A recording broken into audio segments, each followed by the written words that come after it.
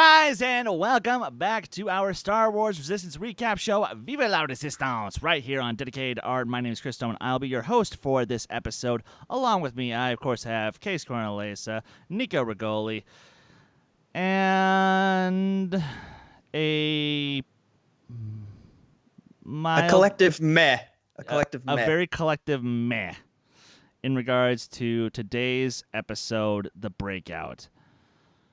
Because here, I'm going to give you guys the thesis of what this, I'll say short conversation is going to be, where we've been getting a lot of Star Wars just in general that I guess would be considered fun, would be considered safe, would be considered, just a good time. Nothing really more to it than that. And I'm not trying to say that we're sick of that, but we want a little more risk. We want some more chances taken. We want some more...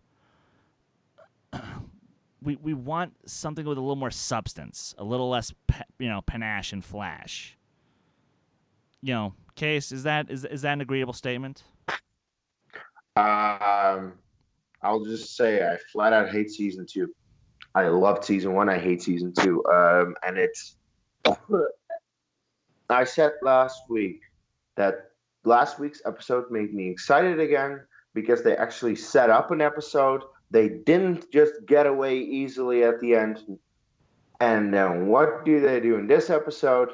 What I was happy about that the previous episode didn't do. They just all got away. And look, it's very ironic that I'm wearing this shirt because I am... this is the example of not taking risks and just doing the good thing.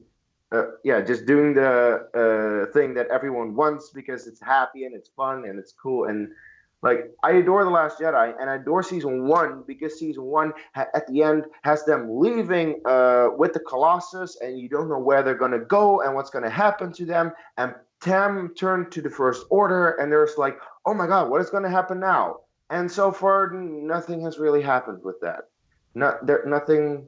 It's every time just the same thing. And this episode severely disappointed me because I was legit looking forward to it. But the moment that I saw the title of the Breakout, I was like, "Oh, is it gonna be that obvious? It's gonna be that obvious." Boy. Nico?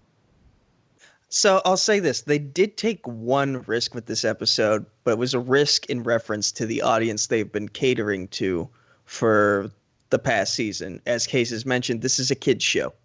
And they took a big risk by actually not only torturing 3 characters, but showing the torture, which is something that I don't think we've seen a lot of in Resistance, at least for this season. We saw it in the Clone Wars with Evan Peel.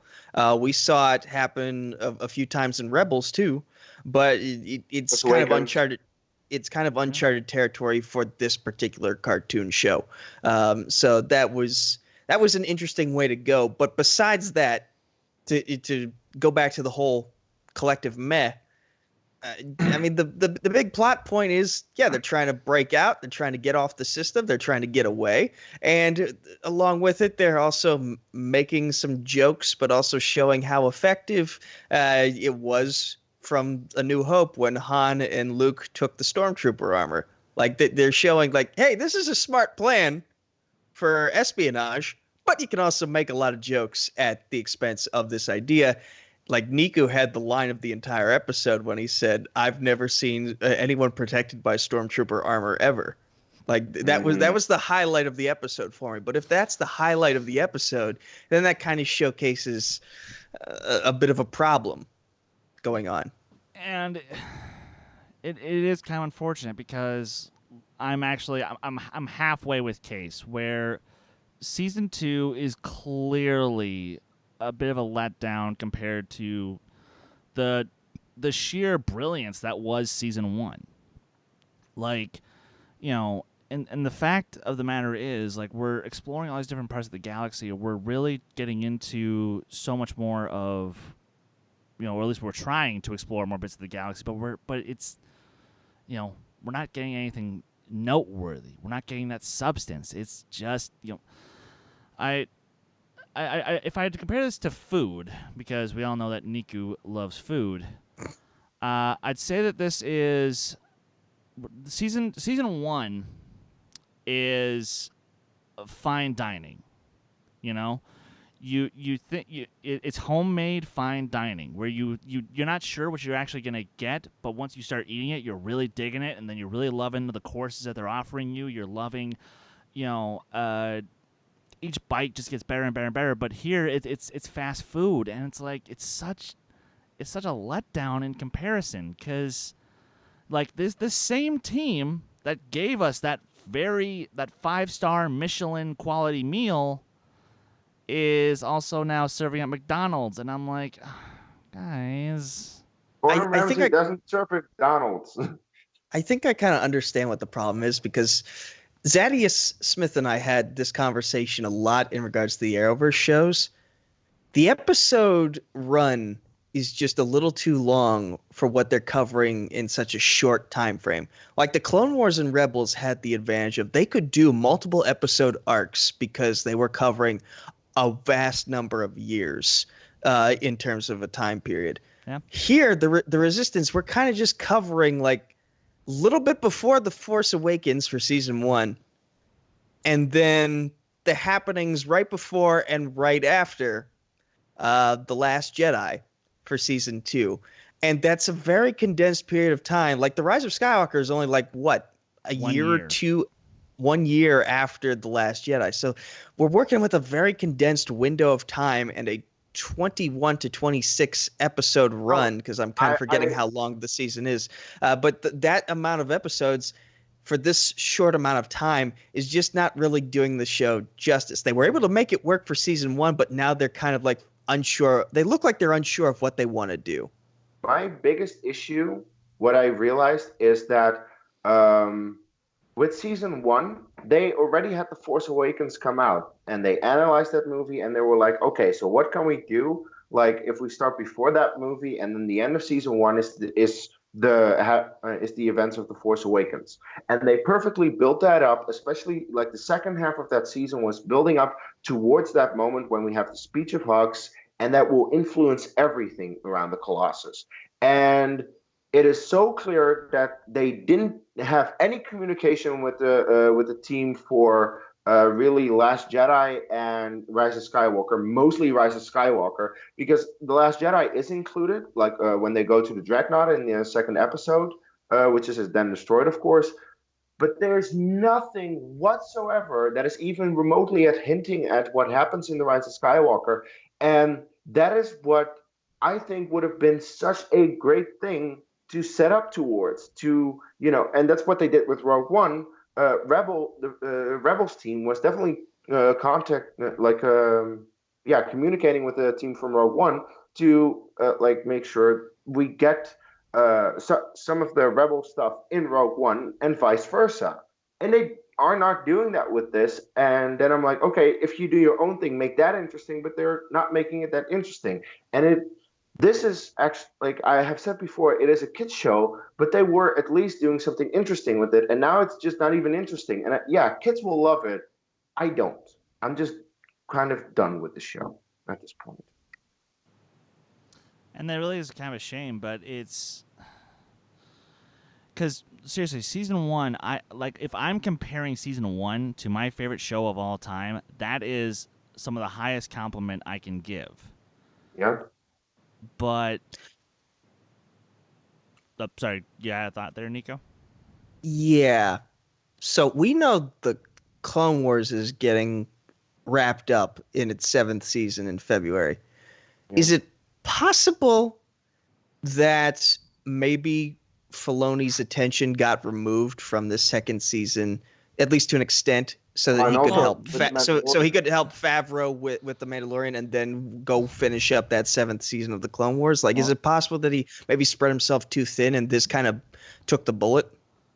Actually, I don't think that has as much to do with it, because sure, yes, he is listed as the creator, but if you really look at the credits of each episode, he had little involvement in season 1. Like, especially if you look at some of the behind-the-scenes stuff, like those, little buckets lists that you see on the Star Wars YouTube channel. They never talked to him in season 1. So that's where I'm, I can't pin this on Filoni. I think I have to pin this on Disney because it does sort of feel like this season in particular is just sort of as a placement holder for whatever is going to come next for Disney, like a placement holder for Clone Wars or whatever's going to come after that, and it is a little frustrating. I'm not going to pretend that it isn't, and actually, I'm kidding. It's a lot of frustrating because, what did we do all of season 1? We really just, got down on our hands and knees and kissed the ground that Justin Ridge and the crew were walking on, because they were delivering a great show that obviously was made for children, but adults who were Star Wars diehards could also get into. I would not be on this channel if not for season 1 and how good it was. Literally. Actually, yeah. Season 1 brought the three of us together, and I don't know what happened, and I wish that we were able to, talk to Justin Ridge and the crew and be like, guys, like, we just want to have a discussion. Like, what happened? What is happening? We're not trying to say that we're disappointed because, we're, trying to overanalyze every little thing, but we're frustrated because the show started off with such promise, and it gave us new lore, new characters we could get into. Hell, it gave us a ship. It gave us a ship that we were riding and dying on. And we're not on. talking about the Colossus. No. Hell. It gave us a literal one and a relation one. Exactly. And it just feels like the show's... Did it peak too soon? I think it did, sadly, because what ultimately it feels like what's happening is we're having this... It's like we're watching two different shows at the same time. The show that's trying to continue the greatness that was season 1, and then trying to set up whatever's going to come next, but there is no coming next because this is the final season. Next. Yeah, and I do think that they were kind of, forced to stop with season 2 because it wasn't doing that well. Like, they made season 1. They were making season 2 when 1 was premiering and figured out, people are not really liking it this much. We seriously were one of the most positive about it, and we hoped that it would go on for longer, but it didn't. Okay, that's we get it, but they didn't do really much with it. Yeah, and now it's just, I feel like we should talk about the episode, but it's just that we're 13 episodes in at this point. There are like less than 10 remaining, and nothing has happened yet. Nothing of consequence. Explain this. And, to be fair, there's kind of a reason that I haven't been talking about the episode that much, so far in this conversation, because there's not much to say. Kaz and Norath, literally, guys, I'm not going to lie. I was not planning on doing it this way, but I'm just going to give you, like, the next minute and tell you what happens in this episode, because that's all I need.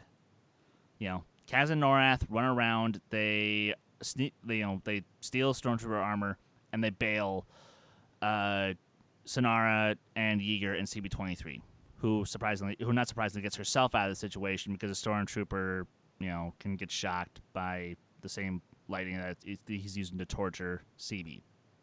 Yeah. And they get off the planet without too much hassle. Yeah. That's it.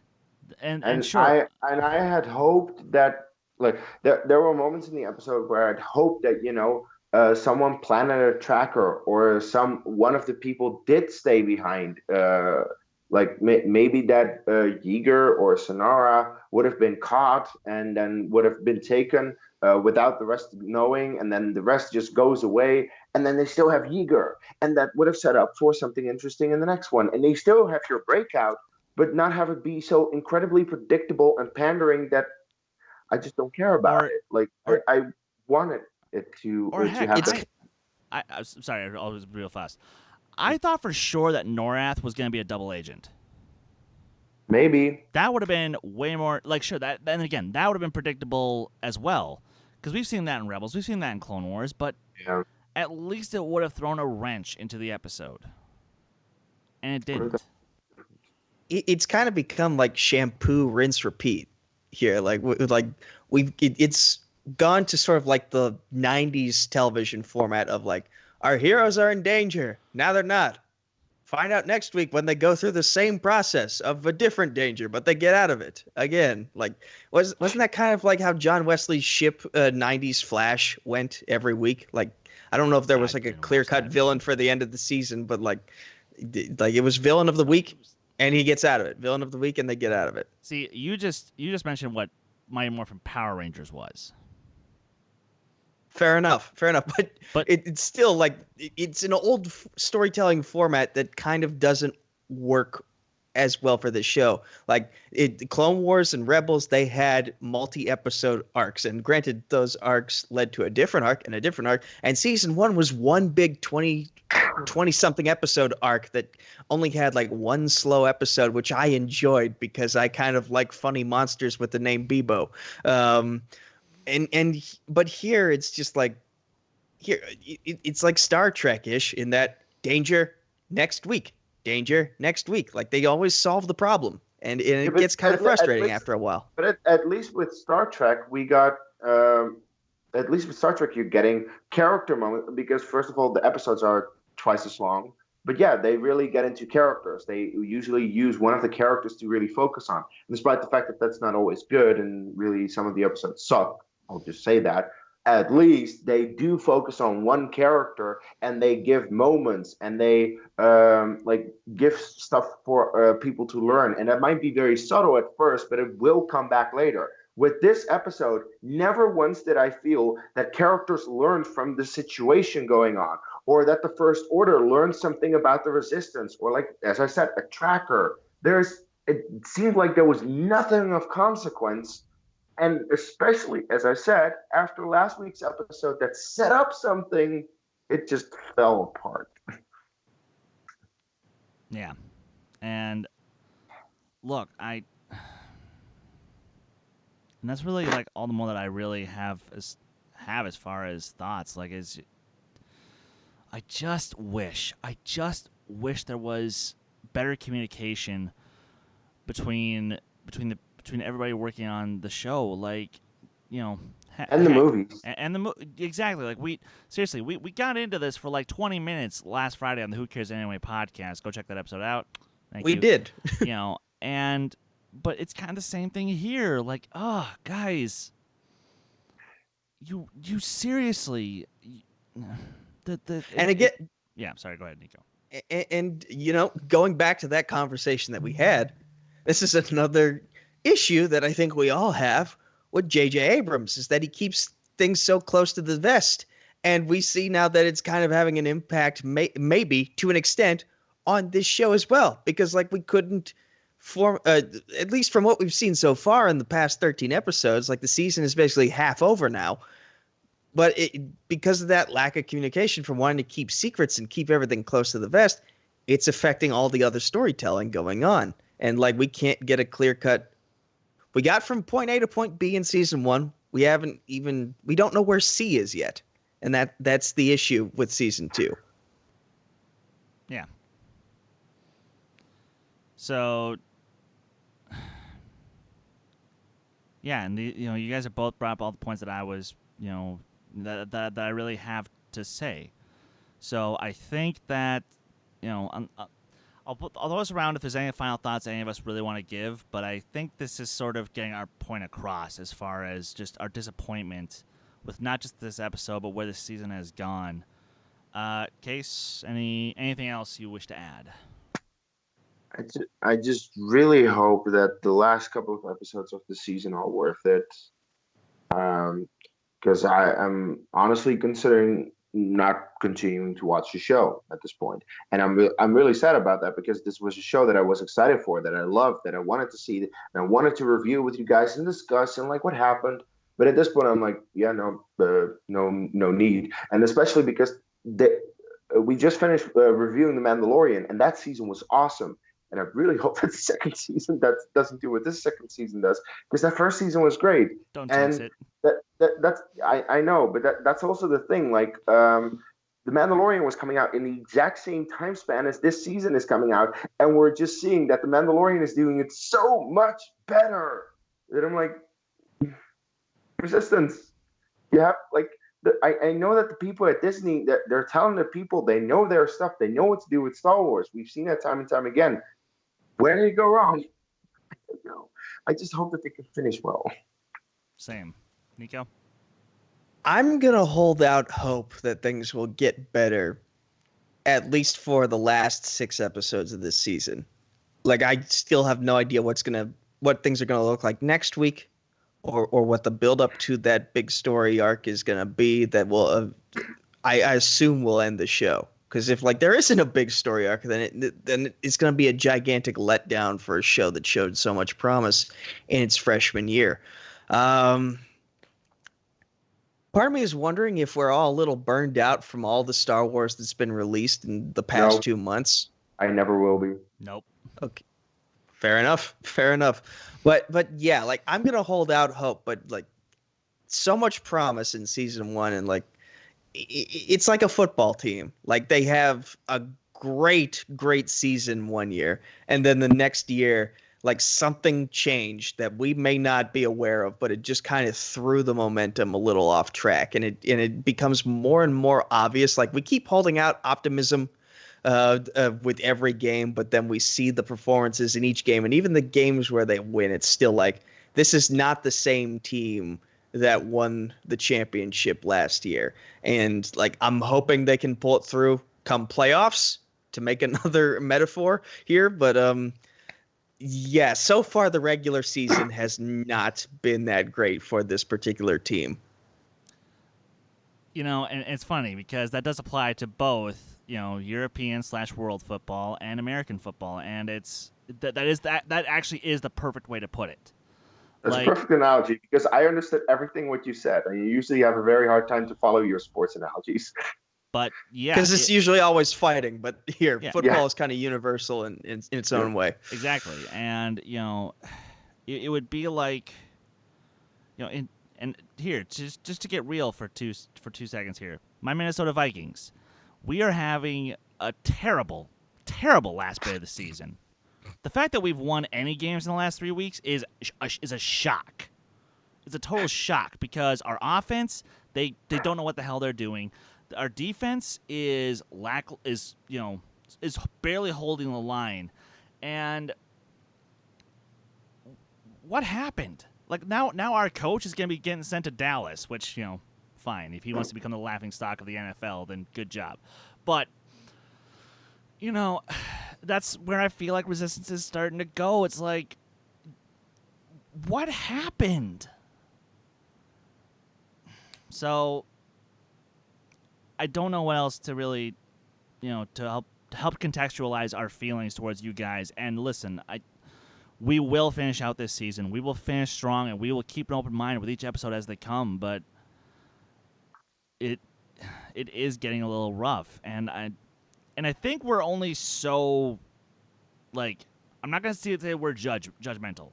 I think we're also trying to put this in perspective of, we have just recently gotten The Mandalorian, which put us all in the highest of highs, and then we also had The Rise of Skywalker, which for some of us was the lowest of lows, and for some of us was right in the middle, and for some of us was a very conflicting roller coaster of highs and lows. And it just feels like Resistance isn't keeping up. At this point, I would rather see the Clone Wars season 7 than the rest of this season. And that's what I'm wondering. Did they give up on this to help put all the emphasis on Clone Wars season 7? Because Clone Wars was so much more beloved. If that's the case, then I'm okay with that, because I do really want Clone Wars season 7 to be good. And it probably will be, but I just wish it didn't have to come at the sacrifice of this show that I was really... If that is what happened. If that is what happened. By the way, this actually is reminding me of how the Premier League is currently playing, to do another sports analogy. Please? because this month alone, Liverpool, my team, has played 9 games. That means that almost every 3 days they played a game. That is just too much. So then at one point you kind of have to sacrifice some players to play in one game and not in the other, and therefore it doesn't go too well. To be fair, they only lost one game, which is a miracle, but Nice. still people are complaining about the fact that, yeah, it's doing too much. And I really feel that they're doing a little bit too much in terms of the TV development with Star Wars because they're trying to push it so much. And that is, I think, hurting Resistance in this case. Yeah. So I think with that kind of gets our thoughts across. And again, we're not saying this because we want to be jerks. We're saying this because we love this show. Well, loved season Yeah, 1. sure. And we're just frustrated with where it's going. And, again, when we get the full story, I think it'll make a lot more sense. But until next time, guys, thank you for tuning in to this week's episode of Viva la Resistance. If you have your own thoughts, please comment down below. Let us know what you're thinking. And If you have a different opinion than us, let us know how we're wrong and what your thoughts are why it is still good. I'm please, interested. no, Yeah. like we want to have this conversation. Yeah. So with and obviously like the video, please subscribe to the channel if you haven't already. And Case, where may the good folks find you and a certain match you competed in recently online? Yeah, it is too recent for me to spoil anything. So check out my Star Wars title match over at the Movie Trivia Face Off. I faced David Spaniard. It was a really good match. It wasn't the Funtacular event that they did. It's the third video, first match, so check that out. You can also follow me at Dutch Movie Guy on Twitter, Case Cornelius on Facebook and Letterboxd. Yeah, the Mandalorian is over, so no reviews for that until next year. But yeah. Hopefully continuing the reviews for Resistance the next couple of weeks without much trouble. Hopefully. Nico, where can the good folks find you online? Facebook, Twitter, YouTube at Nico Suave Regoli, or just Nico Suave with 4 random meaningless numbers at the end on Discord. Combat Wrestling Trivia on Facebook, Combat Wrestling Network on YouTube. The poorly made Twitter handle is at Combat Wrestling, the number 2. There is no letter G. I am the TMG Entertainment Chokeslam Wrestling Debate Champion of the World. And of course, right here on Dedicated to Art and all the places these two gentlemen have said or will say in just a moment. Trivia for Thon 2, January 17th to January 24th. 16 big matches over 5 different channels. 3 of them confirmed title matches. 2 of them I am in, so it's going to be a fun time. We're in some. Do it. Do it. Do it now. And of course, you guys can follow me on Twitter, Instagram, Stardust, Letterboxd, and Discord at Skywalker Dome. And you guys can follow this very channel on Twitter and Instagram at D2A Channel. Please like our Facebook page, join our Facebook group to keep up with the conversation. And so last Friday on the Who Cares Anime podcast, we had our last show of the year, where of course we talked for about 3 hours about the Rise of Skywalker. Whew, that was indeed 3 hours. That was a long one, but it was very therapeutic. It was very cathartic, I'd say. Next week we will not have a show because first week of the year we want to just relax. But when we come back, we're gonna start getting into our best and worst of the year, and of course we'll be doing some tie-in episodes for Trivia for Thon 2. And of course, next year we have all of our new shows coming. We have Nights at the Podcast, our Star Wars show. We have Nico's Comics show. We have our watch-alongs. We have Down-Tune Dissection coming back. And of course, if you want to become a part of those shows, become part of the family, just hit us up with a resume to some of your past work, d2achannel@gmail.com. That is d2achannel@gmail.com. So until next time, guys, thank you, and vive la resistance. May the Force be with you always. Yeah!